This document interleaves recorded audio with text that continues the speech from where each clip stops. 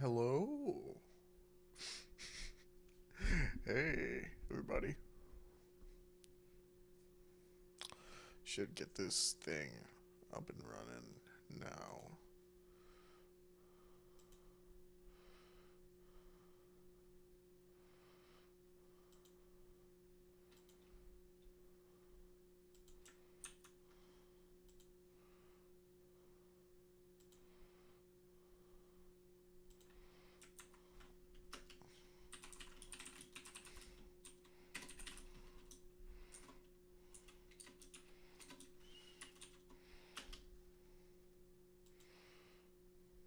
Hello. uh, welcome to this thing. Uh, Depending on how many questions I get, how many answerable questions I get, uh, might take long, might be a little bit shorter. Personally, I have no idea what's going to happen with this currently, but I'm looking at probably not going for like longer than like 30-ish minutes, and then gather myself because I have some stuff to do tomorrow, and I want to get some stuff done tonight. Nothing for the next episode quite yet because I literally got done working on this one yesterday. Uh, I was pushing myself to finish this a week ago. A week ago to this day, that Xehanort analysis was not done at all. I spent the last week editing the entire footage of that all together, and I spent most of last night and today attempting to render it out. And unfortunately, there were some render issues I saw during the premiere. Fortunately, it is what it is with YouTube. If there are render issues, you just kind of have to live with it. But I am upset that I wasn't able to fix those. Because if I had to render this out, this is a very big video. If I had to render this out again, I would have to delay it by an hour, and then every single time that happens again, I would delay it by another hour, and ultimately, uh, there was an attempt at editing this in a way that I had never edited before, which was I used nested timelines, and it was real great at first, and it was looking pretty good. It was really just when it got to the fight portion of the episode that it kind of shit the bed when it was rendering. So I had to go into the fight timeline, change up some stuff, fix some stuff, and then render it. But that fixing of stuff gave new issues, and I unfortunately was not able to fix those. There's a little bit of like a frame like bug, I think, after one of the one of the art pieces shows up. Unfortunately, that's a bug with DaVinci. There's a bit of a running issue, and like sometimes blackness causes it to like pixelate. That was the thing with DaVinci. But ultimately, I would consider this generally a success. It's just, when people don't notice successes, people notice mistakes. I know I'm like that. So it's just the thing where it's like, it's just unfortunate, but it is what it is. Uh, but other than that, I think post Xehanort, boss image is what I called it. Uh, it was all smooth sailing from there, so that was good. Uh, but yeah, I'm here to answer any questions you all might have, and realizing that my camera's backwards. So if I do this, it makes my glasses crooked. I think that's right. I think that's right. So let's just start this off with like kind of what do we feel like? Like any general questions about this episode?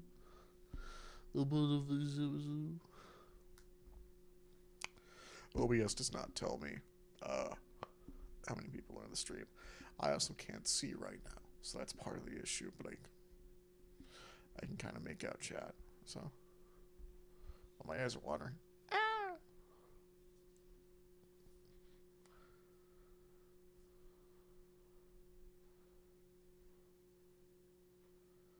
Yeah, I think there's just a little bit of like a delay. So.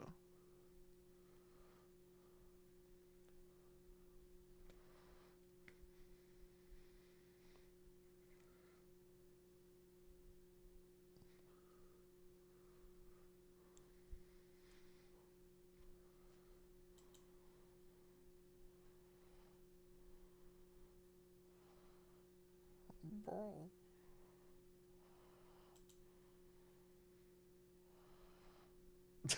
How my voice feel like? Well, I can't demonstrate now because unfortunately other people are in the house right now.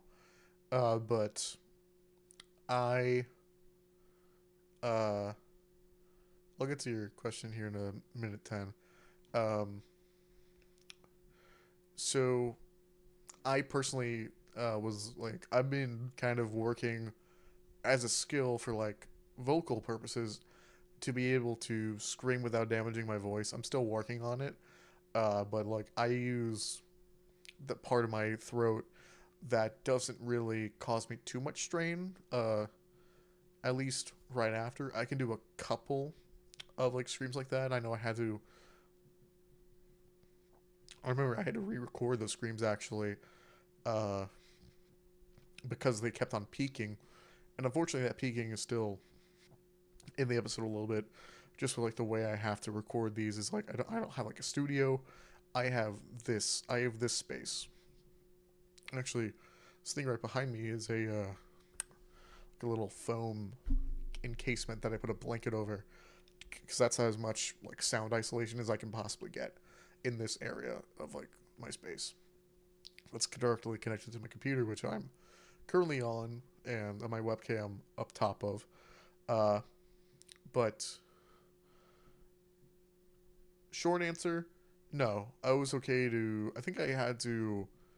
I think I recorded that like on a day that I had to go into work, and I teach, so I have to speak a lot, and I definitely did not have like a hard time speaking. Also because I stay hydrated a lot of the time.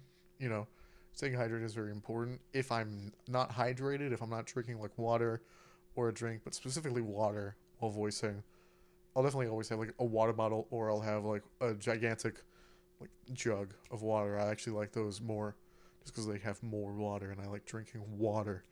Uh, I like drinking water. So no, to answer your question, it wasn't hurt.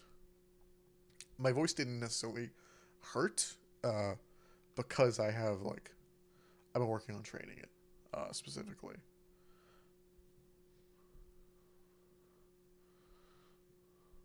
Like the way I scream, you can kind of hear it. It's very similar to metal screams, especially in that last scream of like Xehanort, that kind of stuff. It's all about using like bypassing a part of your throat and just projecting. Essentially, it's just using that your chest voice as opposed to your head voice, which is what I'm. My head voice is like what I'm using right now, but right now I'm using my a little bit of my chest voice to project forward, right?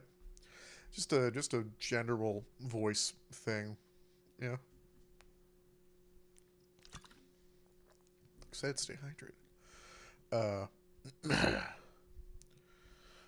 Thank you, Sola Spartan. The new season theme does go hard. I'm going to talk about it here in a second, but I don't want to answer Ten's question because you mentioned it first. Mentioned in the Thank You Smash Pick video that you would be taking inspiration from them in the future videos. It's a whole overarching story thing, the thing you're referring to. Generally, yes. I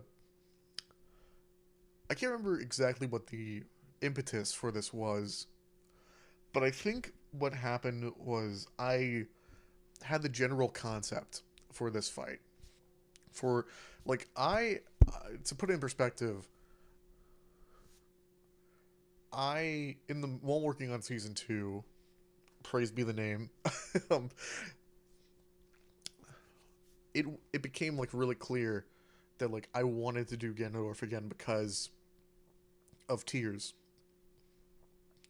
Like playing through Tears made me really want to like re-examine what they gave Ganondorf in a versus context, because there's so much cool shit that they gave him in that game, right?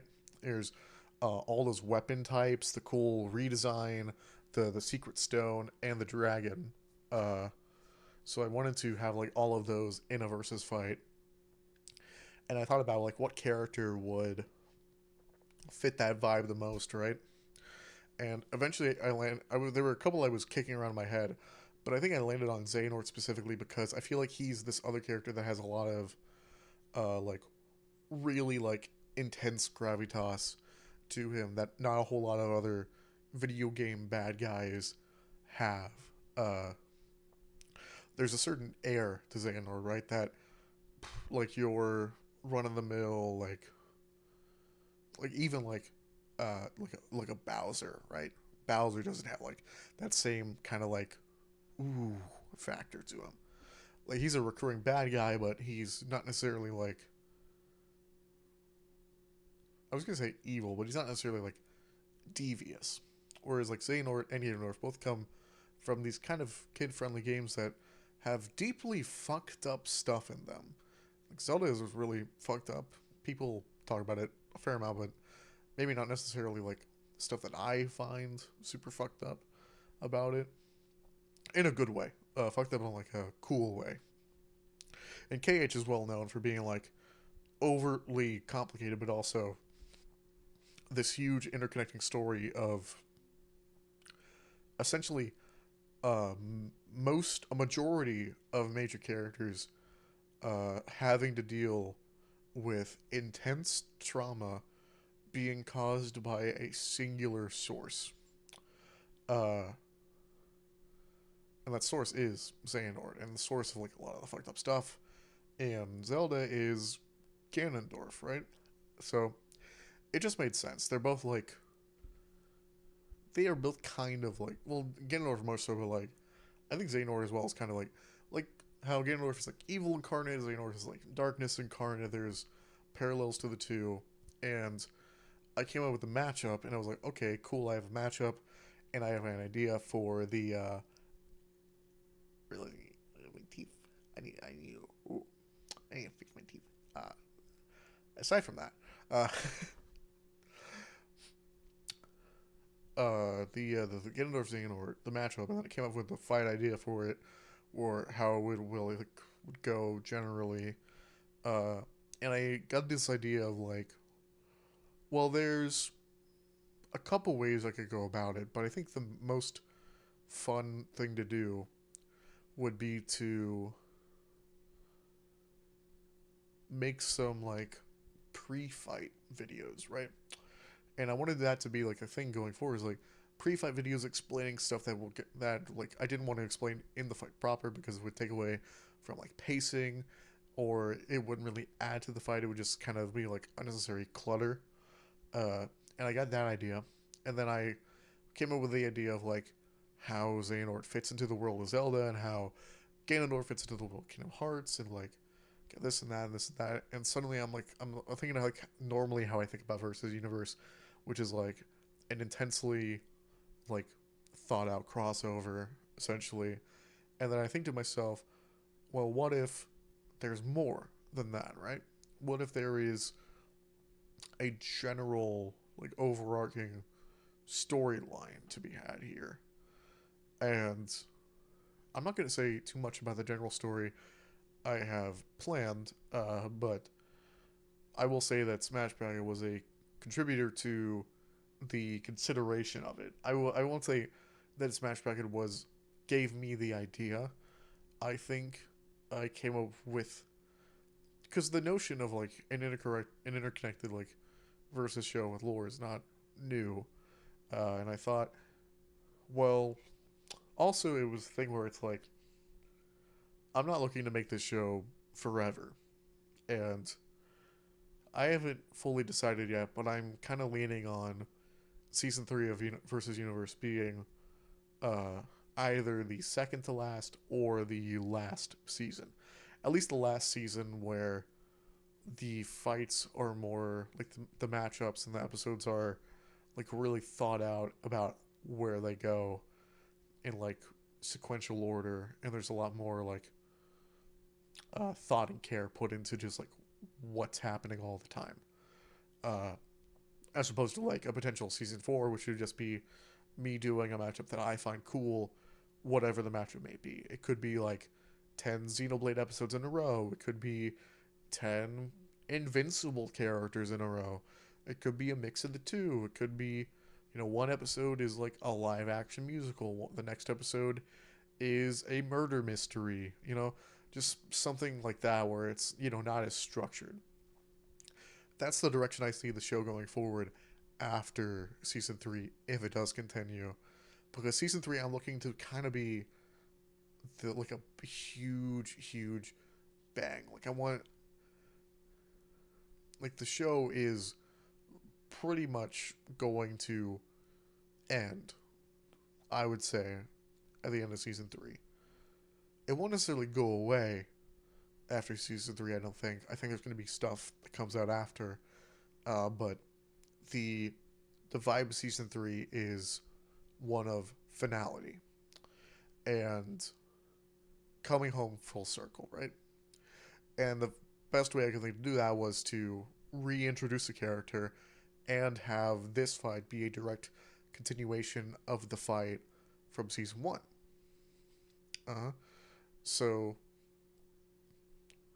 the story thing was, just kind of something that I came up with. I didn't come up with it, but like I wanted to do, and I knew that Smash Bros was doing it as well. And I think recently I've become more entranced with interconnected storylines and writing stuff that has those storylines in them. But then I gotta take a drink. But then Smash Bracket ended, and suddenly I realized that I was like somebody who could do what unfortunately they were not able to. So it maybe wasn't so much a thing of like Smash Bracket directly uh, influenced my decision, but it was definitely a thing where the absence of Smash Bracket tipped me over the edge into making this a series of interconnected fights. I will say the presentation of that is going to be very different to Smash Bracket. I don't think there's going to be any like revelations plot wise. Well, I mean, there's gonna be like character previews, like the Ganondorf Xehanort previews. Which, by the way, if you haven't, check out the full retrospective playlist of Ganondorf versus Xehanort. It has the trailer for the episode. It has all of the character previews. So those are 4 monologues two by Ganondorf, 2 by Xehanort, that explain basically how they got to where they are and why they are there. For Xehanort more specifically, Ganondorf is kind of there, and that's how I revealed that it was Xehanort who Ganondorf is fighting. It also has the score, this is the longest score I've ever made for anything. I think it's probably the longest versus score ever made. Probably, I have to imagine. I don't think anybody's beat 18 minutes before. Then now there's going to be the full episode as well. So just with this episode alone, I think there is like an hour and 30 minutes of content, which is crazy that there's 90 minutes of content surrounding this one matchup. But yeah, if you want to get a feel for what the season's like going to be like going forward, definitely do that. If you're wondering, by the way, this is just going to be true, and I just want to do my due diligence. If you're ever wondering who did something for the series, and I don't explicitly say who it was me. So I personally made the character art for the previews, like the pencil sketches that you see on like the thumbnail for this video that I just saw. and I did the art for the finale thing that also had that sketchy style. That style is going to be prevalent throughout. I experimented with a couple styles that I wanted to try for the season, and I kind of landed on that sketchy pencil style with like color coding the characters based on like their skin tone and other predominant factors about them. So I know you didn't really ask a question, but I just want to talk about the new season theme.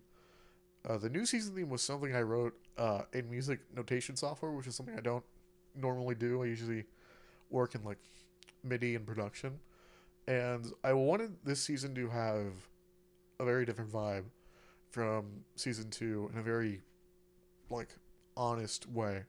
Because season two, there's a lot of jokes, there's a lot of bits, there's a lot of funny matchups, there's a lot of banter, there's a lot of comedic banter, right? There's a lot of like sarcastic quips and stuff like that. And while those aren't going anywhere, of course, there's still jokes in the analysis and stuff like that. Uh, there weren't any real like bits per se in the episode. I would say, like maybe the closest would be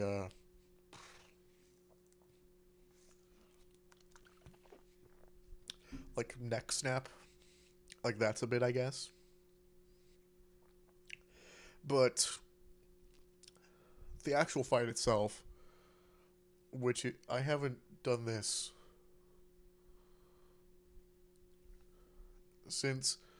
Okay, to put it in perspective, the fight is the longest fight I've ever written. I checked the word count, and it is actually longer than Joker versus Jorno. The fight for Ganondorf versus Xehanort is actually longer. The only reason the episode is shorter is because the analysis parts are a lot shorter.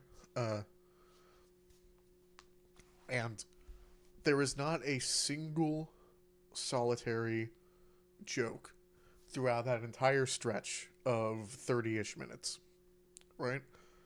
The last time that happened, to put it into perspective, was in season one in Virgil versus EA. So you can immediately tell that there is a different vibe going forward in the season. And I picked matchups that, going forward, with like two exceptions, and only two, and two because uh, one of them's episode three. Episode three is it's kind of the gag fight of the season, so that's gonna have some jokes. It's kind of like the Milo Nagito of the season. And then episode five is gonna be a bit more lighthearted than the rest of the season, but I think the rest of them are gonna be played pretty straight. And it's just been a minute since I was able to really like sink my teeth into some good like villain matchups. You know, some villain dialogue. That's one of my favorite things to write. You know, as a writer, I find writing villains very rewarding, especially when they're fighting each other. Uh, I mean, if we're talking about speaking about, I can get I'm stretched. Talking about, you know, villains fighting villains. There's no better example than the next episode. We got Hunter x Hunter. We got a villain fighting a villain right here. That's right. I got physical copies. You fucks. I could read this right now if I want to, but I've already read it, and it's peak fiction. So, uh, so yeah, finally going back to Hunter x Hunter for Meruem. Uh, that's something I don't know if I'm going to talk about today, but I'll keep it brief and say that I think Meruem is both represented dishonestly and he's definitely represented like dishonestly, but also in context, it's just taking Meruem out of the context of the story that he's in does him no favors, right? And I really wanted to write a fight where Meruem is given like the respect that the series proper gives him. And if you know Hunter x Hunter, You know for a fact that Meruem is fucking crazy. Like the most powerful thing, most powerful character probably in the entire series proper, only contested by maybe one guy who's brand new to Nen right now, right? So I wanted to represent Meruem for sure, and the actual character Meruem, of course. And Cell's just fun. Cell's just a fun guy to have around. He's the perfect foil for any character you put him against because he is incredibly both incredibly charismatic and incredibly weird, but also kind of funny. Kind of funny. Uh, but I will say that mostly most of this next episode is going to be played pretty straight. I don't think there's going to be too many jokes. There might be a couple because Cell's a little funny himself. Will say I don't crutch on a bridge dialogue, so don't expect like I don't know what's an abridged joke they made.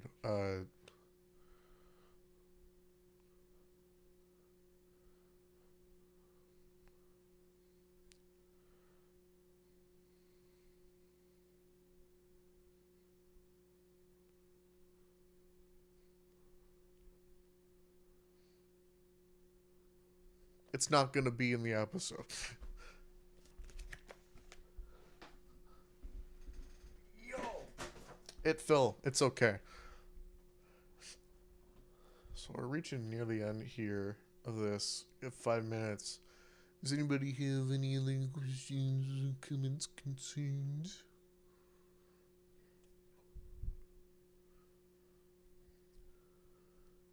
Season 3 is going to be 9 episodes, and I'm glad you brought that up because the the ending, the ED as I like to call it, is the ending of that with the character PNGs flying out. Those are going to be every single character in sequential order. So you can see the season. You can see the episode 3 characters. Now they're just pixelated, and when I reveal them, they are both going to be uh, not pixelated. Getting that effect to work was, oh man, that took a while. Getting that whole ED to work, and I have to share that map on the Discord for sure. The map at the end of there because I think people will want to see it for sure. And I think honestly you can extrapolate some of the matchups with uh, going from the map to the ending, uh, and like cross referencing which ones make sense. But I don't think you're going to be able to get all of them because I'm throwing in some curveballs for sure. Uh, but yeah, season 3 is going to be 9 episodes in a perfect world. I don't think I'm gonna have another Project Truth situation because I'm segmenting uh, these episodes a lot more. Like Project 2 was gonna be like 3 episodes of worth of work in one, whereas this episode was one of my biggest ones ever. It's the biggest episode I've worked on by myself, for sure, because I didn't outsource editing to anybody, and I it took me about a month of full work to complete it, and that's with having the score ready. Because I actually finished the score in December. That's how long I've been working on this. It's like I was working on this and Project Truth at the same time, and that's part of what the burnout was. But uh, I decided to focus on this primarily over Project Truth, and I think that was the right call because this just feels a lot more me, honestly. I'll probably return to Project Truth one day, but day is far away. I feel like this whole thing, this whole like interconnected story, the fights, the writing, uh, Just feels like a lot more up my alley. Yeah. I will say that the map technically, I'll explain it. I'll explain that in the Discord for sure. Uh, so I'm not gonna explain it quite yet. So, but anyway, before go, any other last minute questions before sign off and show off all the art for the episode in the Discord?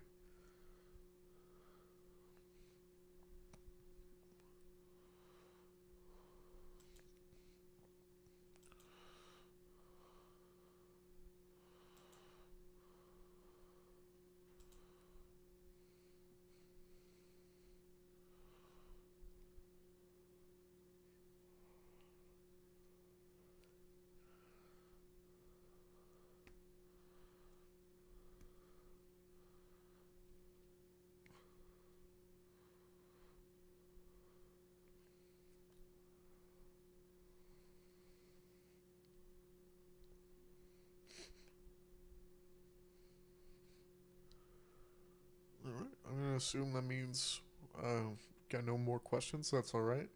Cool. I'll see you all whenever. Uh, probably probably when the next score drops because I have the score not ready because I've been working on an album currently that's been taking up a lot of my creative juices for musical stuff. But I do have a template for the. I have the sketch of the Mero MCL track all done. I just have to actually write the rest of it. So either with the score release or with the first Mero M preview, uh, I'll see you guys whenever either of those first things drop. Yeah. All right. I'll see you. Bye bye.